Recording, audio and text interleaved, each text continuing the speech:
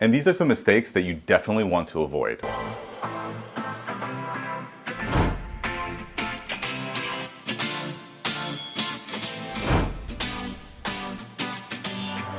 What's up everyone, David here with Free to Be, and thank you for joining me for another video. Now today I want to share with you some common credit card mistakes that everyone should look to avoid if possible. Now some of these are pretty common and you may have heard them before, but a couple of these might be new to you, so make sure you stick around for the whole video. As always, before I get started, if you're new to my channel, I cover financial literacy here in an effort to track my progress to financial independence, and hopefully by doing that I'm creating valuable content that you and others can use in your pursuit of financial independence as well. So if you are new to the channel or haven't done so already, please take a moment and just click the subscribe button down below. It's a completely free action to take and it really does help support the channel. And if you're not new and joining me again, thanks for coming back. All right, so in general, credit cards can turn into a detriment to you when you're trying to achieve financial independence. But they only become that way if you are irresponsible or really overextending yourself and not understanding the gravity of the situation. If you are not managing the interest rates or different things that accompany credit cards, annual fees, etc.,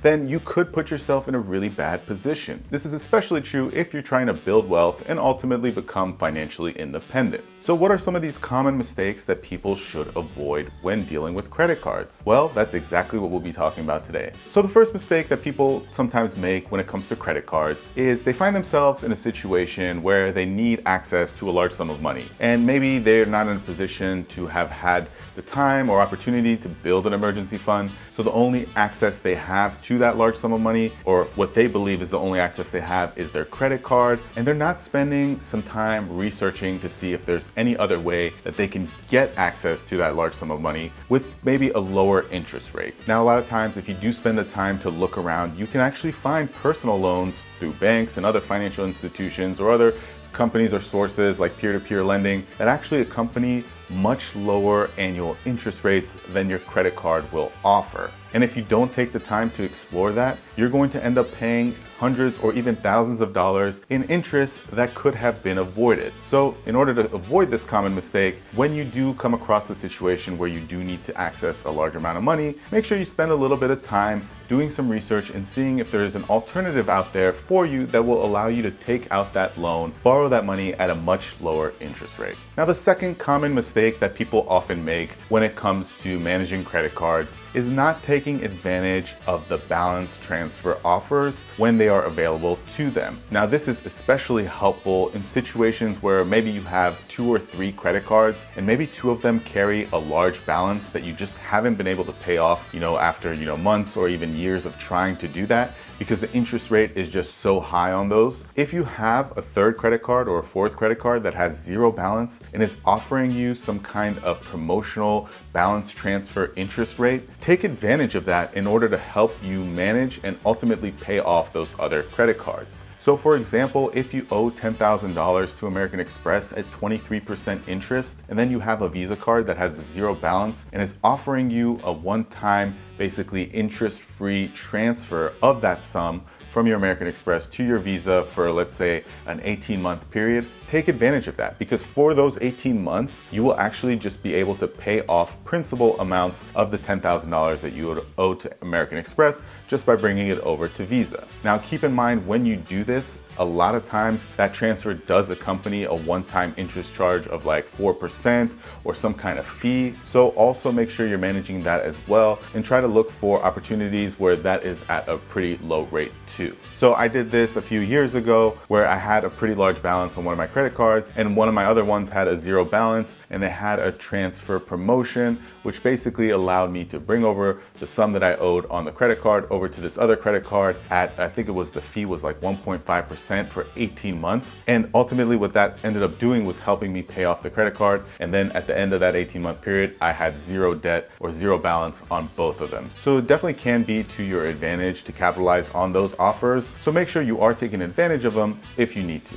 Now, the third most common mistake that people make when it comes to managing their credit cards is forgetting to ask for help. And what this means is basically if you're struggling with credit card debt and you have, payments that are way too high, interest rates that are way too high, it's okay to ask for help. And you should start by calling the credit card company directly and letting them know of your situation. Odds are they've already made plenty of money on you over the interest that you had been paying them up to that point. So if you call them and ask them to reduce your interest rate or pause it for a period of time, they are pretty likely going to do that for you in order to make sure that you are a happy customer, maybe pay off some of your balance, which in their minds will ultimately lead you to spend more. So everybody's going to win in that situation, especially if you've been paying high interest rates for a long time. So definitely reach out for help if you need it. Now, you start with the credit card companies, but there are other resources available too. You can reach out to a bank to maybe get a personal loan to consolidate your credit cards, whatever it takes to make sure that you are paying the least amount possible in interest and that your payments are becoming something that you can manage in order to ultimately pay off those debts. But again, way too many people just go ahead and suck it up and say,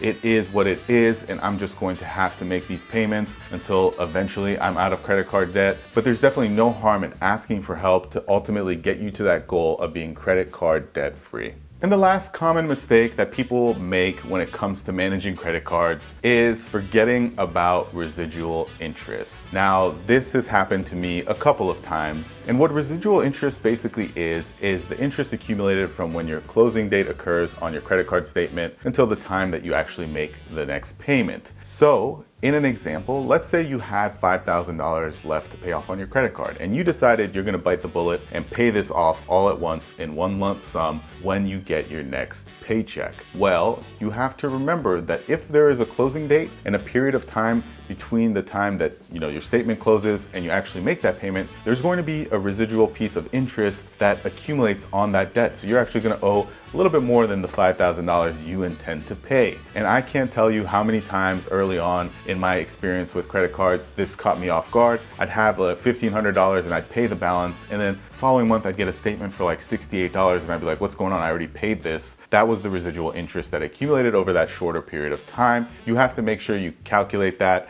and account for that as well when paying off your complete balance. Now, a lot of times this is not going to be a large sum of money, maybe $100 or less, or maybe a couple $100 depending how large your balance is or what your interest rate is on that particular card. But it is something that you have to factor in, and sometimes people forget to do that. And to be clear, like credit cards, I don't think are necessarily, the biggest evil out there. You just have to be careful and be responsible when using them to your advantage so you don't end up in a position where you're just basically buried in credit card debt that takes you years, even decades to get out of. Ultimately, that will really hurt your progress to financial independence. So you want to try to avoid these mistakes at all costs. All right guys, well that's all I had for this video. Do you agree with these common mistakes? Do you have any others that you want to share with us? If you do, leave those in the comments down below. If you did enjoy this video, don't forget to give it a thumbs up. If you are new to the channel or haven't done so already, please take a moment and just click the subscribe button down below, and we'll see you next time.